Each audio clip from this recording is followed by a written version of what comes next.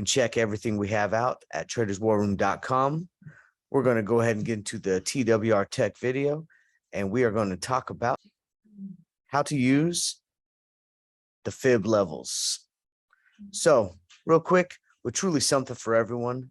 We want you to come trade with the bulls. Check out everything we have to offer at traderswarroom.com. Currently, right now, we got the all access pass for our birthday. We are 1 year old. Come check us out, $15. You can probably look right around here for a video and a promo for details, but you can always go to traderswarroom.com/Discord and get more information. They come from the fib sequence, which these are both horizontal and vertical lines that we plot on charts, and they identify support and resistance areas. Levels are associated with a percentage, identifying how much of a prior move in price. So price action is very important. Common fib levels are the 0, of course, the 23.6%, 38.2%, 61.8%, and 78.6%, going all the way up to 100%. Not officially a fib ratio, but 50% is also used many times for a good gauge on kind of a 50-50 level of support and resistance when looking at a bird's eye view approach. 3 typical fib levels. You have retracement. This is most popular. You got extension, second most popular, and you have time zones. And the time zones aren't used as much. We're going to focus mainly on the retracement and the extension. So retracement, this is what you're looking at. Basically, you're looking at a swing low and a swing high, and you're getting your levels based off of that. And of course, anytime we're talking about support and resistance, we're looking for consolidation and price actions where, as I like to call it, the meat and potatoes likes to hit the lines and either accept, reject, or reverse.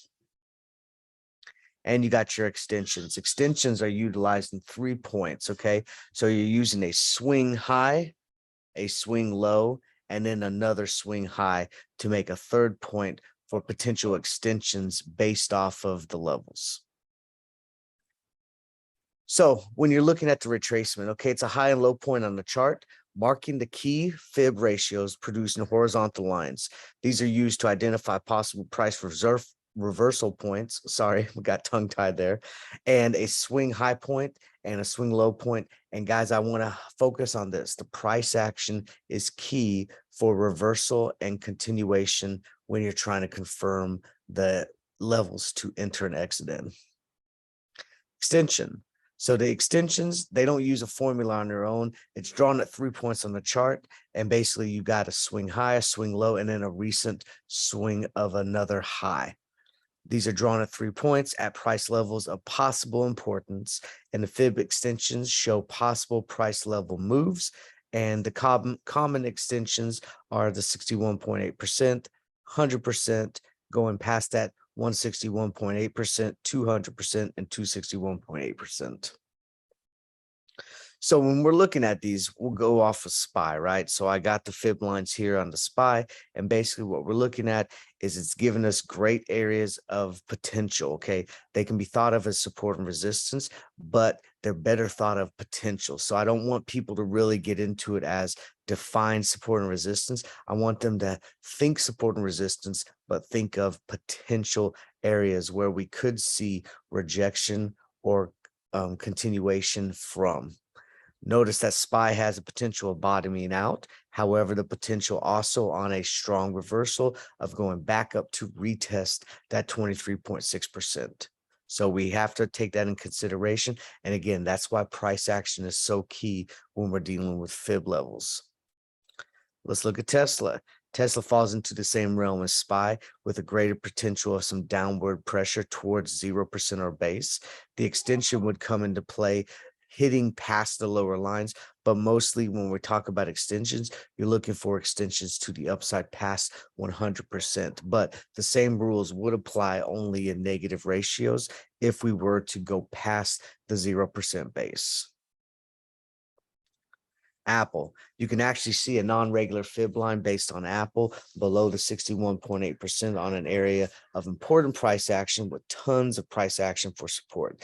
Now, when trading the fib lines, the interests and exits, must be confirmed using sub indicators for the best probability. And we also like to hit on, when we look for our entrance and our exit points, we like to use the 5-minute chart at least, with full closes above certain levels of the lines, and a 15-minute chart gives you the best opportunity. However, you might miss out on some potential money waiting for the 15-minute chart to mature.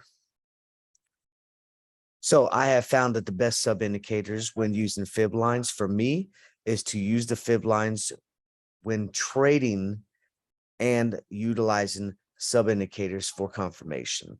So these are associated with price action and trends. And for me, the moving averages, money flow, and the support and resistance are the best in my opinion. And you can get, any of the ones that you like, the MAs, the EMAs, the money flows, any of the ones that are dealing with price action and momentum will get you a great idea for confirmation when you're looking for your entrance and exits off of the lines that could be considered support and resistance areas. All right, guys, that's the video. Just a real quick down and dirty on a little bit of tech video. Try out some of those fib lines this weekend while you're looking for decent stocks to get into, and see what they do for you come Monday when the bell rings. Don't forget to check us out, TWR All Access. We want you to quit wasting that money that isn't teaching you how to make money. And that's what we're trying to do at Traders War Room, guys. $15 all month long of October for our birthday. Get you into the club, guys. Definitely check more out at traderswarroom.com, and specifically put a slash in a Discord right there to find out everything about that TWR All Access.